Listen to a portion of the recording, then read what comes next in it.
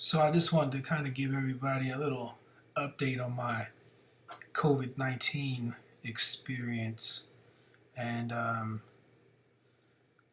this is like day 10 since I started feeling the symptoms of it.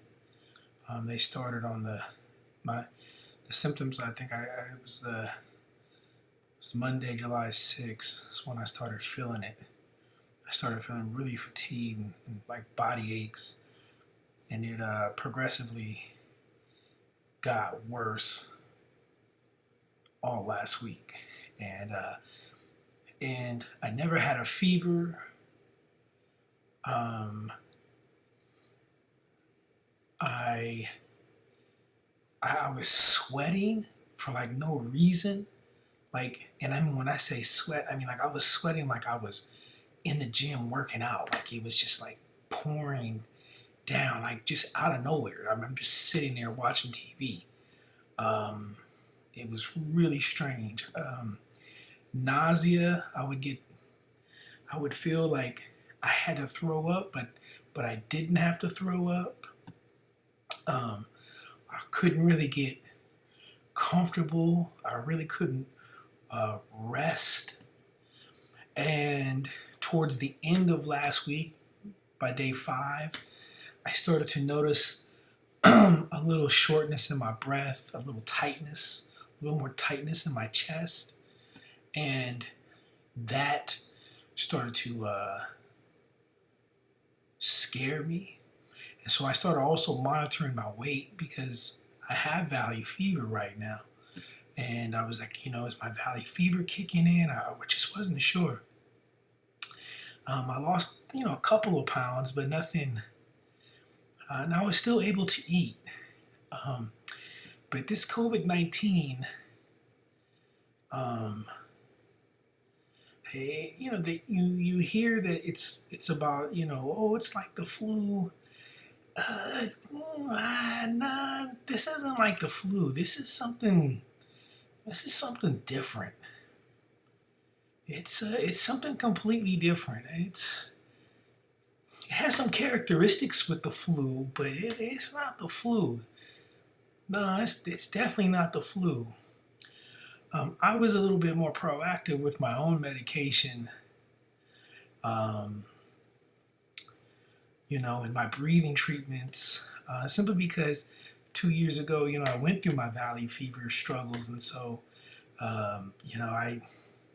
I'm very in tune with like when I'm not breathing right or something's wrong. I'm very in tune with it. So, um, and then when my blood oxygen levels went down to 90, I really got worried, and that's why I decided to go to the hospital the other day. Um,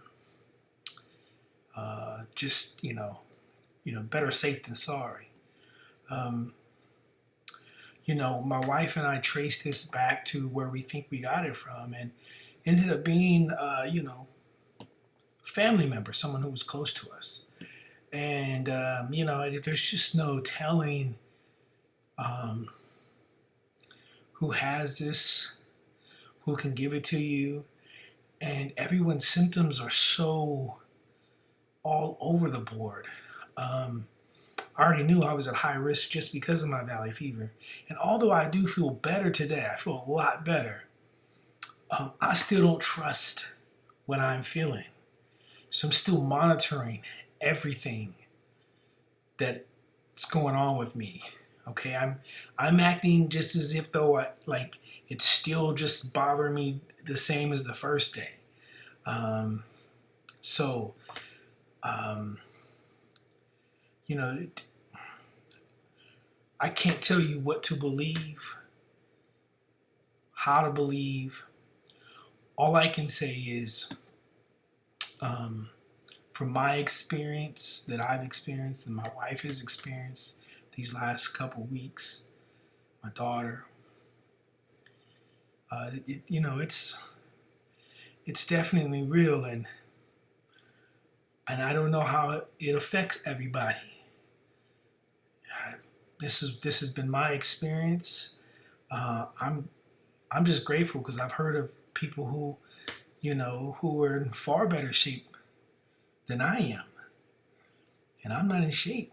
This is the worst shape I've been pretty much my whole adult life, and um, okay, I'm still here. I got another day, and I could see where this can make a lot of worry for a lot of people, and almost seem hopeless, and almost seem like there's just no hope in the world.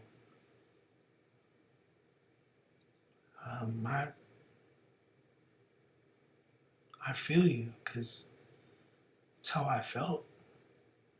It's how I still feel even now. I feel so hopeless because it's like there's no medicine. There's nothing that somebody can give you to make you feel better. And that's what the doctor told me at the hospital. It's like I got nothing to give you. So I just want to thank everybody who's prayed for me. A lot of you prayed, and I really appreciate it. I used to keep stuff to myself, but my mama was always telling me, "Don't keep it to yourself. There's prayer warriors out there." So I'm grateful for all of you that prayed for me and shared, what I was going through, and um, yeah, this COVID-19 stuff is real, and I want us all to get back to our normal lives. But at the same time, I go, man, I just don't know who this will affect and how it will affect them. Some people aren't living from this, and that part bothers me. So, you know, do the best that you can and wear your mask and keep your hands clean and all those things, and stay safe. And once again, thanks for the prayers and all the kind words. I appreciate it. Thank you.